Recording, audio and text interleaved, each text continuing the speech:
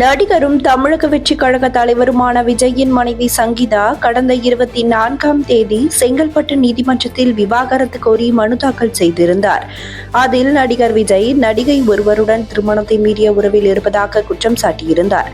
இதனிடையே கல்பதி குடும்ப திருமண நிகழ்ச்சியில் விஜயும் த்ரிஷாவும் ஒரே டிசைனில் ஆடை அணிந்து ஒன்றாக தம்பதியை வாழ்த்தினர். விஜயின் இந்த செயலால் அவரது சட்டப்பூர்வ மனைவி சங்கீதா மன உளைச்சலில் இருந்ததாக சொல்லப்படுகிறது. இதனிடையே நேற்று மாலை தவிக சார்பாக தனியார் விடுதியில் மகளிர் தின விழா கொண்டாடப்பட்டது. இப்படியான சூழலில் சங்கீதா புதிய மனு ஒன்றை தாக்கல் செய்தார். அந்த மனுவில் விஜயுடனான விவாகரத்திற்கு பிறகு வேறு வீட்டிற்கு செல்லும் வரை நீலாங்கரை வீட்டில் தங்க விஜய் தன்னை அனுமதிக்க உத்தரவிட வேண்டும். நான் பிரிட்டன் குடியுரிமையுடன் லண்டனில் வசித்து வருகிறேன். சென்னையில் எனக்கு தனியாக வீடு இல்லை.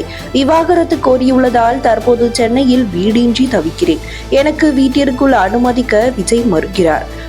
கோடியாக சம்பாதிக்கும் விஜய் எனக்கும் என் குழந்தைகளுக்கும் சேர வேண்டிய நியாயமான ஜீவாம்சம் வழங்க வேண்டும். அதேபோல் விவாகரத்து வழக்கு முடியும் வரை அந்த வீட்டில் வசிக்க எனக்கு உரிமை உள்ளது.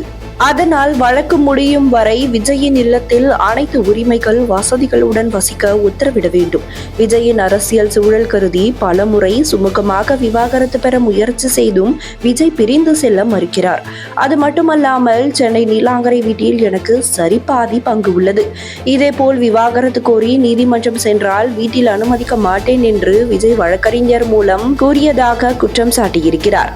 இதனிடையே ஏப்ரல் 20ஆம் தேதி விவாகரத்து வழக்கில் விஜய் செங்கல்பட்டு நீதிமன்றத்தில் ஆஜராகுவாரா என்ற கேள்வி எழுந்துள்ளது.